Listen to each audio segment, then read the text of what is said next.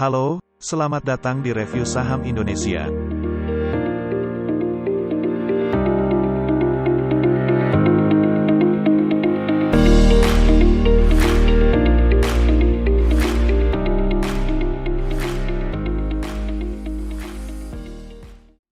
Sektor infrastruktur dan konstruksi masih mendapat katalis positif dengan adanya anggaran yang cukup tinggi dari pemerintah di tahun ini.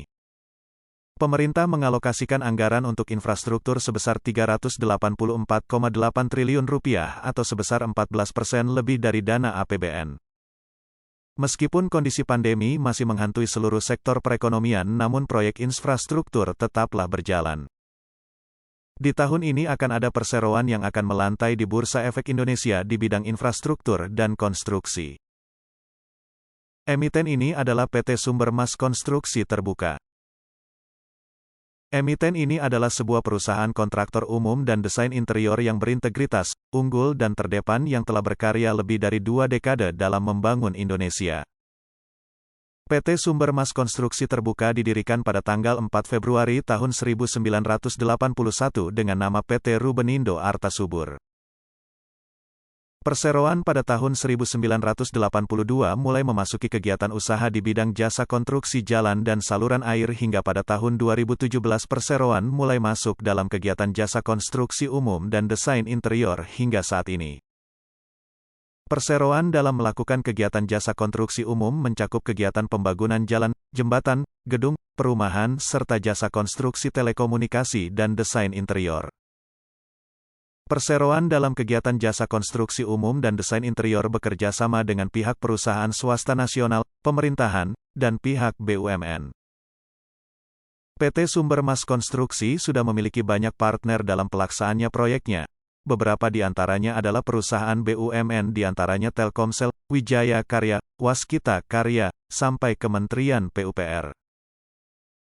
Emiten ini menawarkan sebanyak-banyaknya 250 juta saham baru yang merupakan saham biasa atas nama dengan nilai nominal Rp100 setiap saham atau sebesar 19,95% dari modal ditempatkan dan disetor setelah pelaksanaan penawaran umum perdana saham perseroan.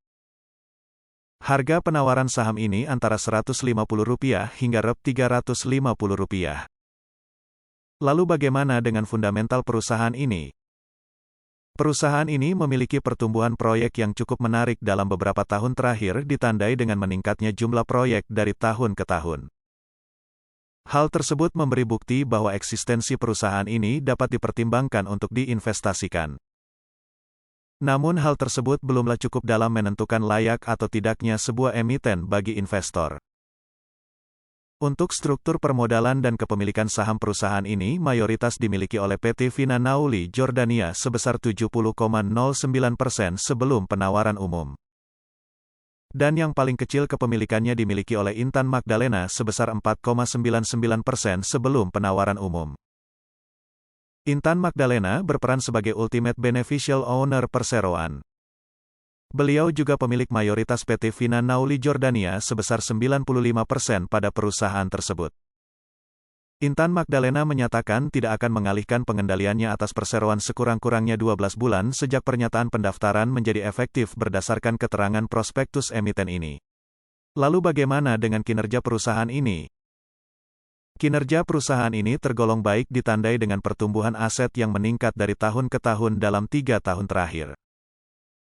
Namun jika kita memperhatikan analisis arus kas maka dapat diperoleh informasi bahwa perusahaan ini perlu melakukan efisiensi dalam mengurangi beban operasional aktivitas perusahaan. Hal tersebut juga ditandai dengan beban pokok pendapatan yang cukup tinggi dari tahun ke tahun. Perusahaan ini memiliki liabilitas jangka pendek berupa pajak dan liabilitas jangka panjang berupa imbalan kerja karyawan. Perusahaan ini optimis mampu dalam melunasi setiap liabilitas perusahaan berdasarkan rasio likuiditas. Untuk total aset dan total ekuitas perusahaan tergolong cukup positif dari tahun 2019 hingga 2021. Lalu kapan jadwal book building hingga penawaran umumnya? Berikut adalah jadwalnya.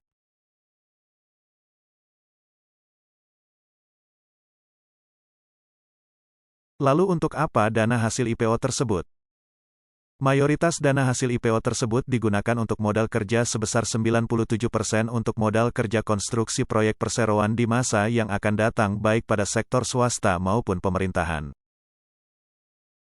Untuk kebijakan dividennya sendiri, emiten ini bermaksud untuk membayarkan dividen kas kepada pemegang saham perseroan dalam jumlah sebanyak-banyaknya 20% dari laba bersih perseroan tahun buku 2022. Hal tersebut tentunya melalui persetujuan Dewan Direksi dan pemegang kepentingan perusahaan lainnya yang diputuskan dalam RUPS. Sedangkan penjamin pelaksana emisi efek adalah PT RDH Elite Sekuritas. Perusahaan ini bukanlah satu-satunya perusahaan yang bergerak dalam sektor jasa konstruksi dan infrastruktur. Seperti kita ketahui bersama bahwa perusahaan jasa konstruksi dan infrastruktur cukup sulit menghasilkan laba yang besar. Beberapa di antaranya seperti perusahaan-perusahaan BUMN yang saat ini lebih sering merugi.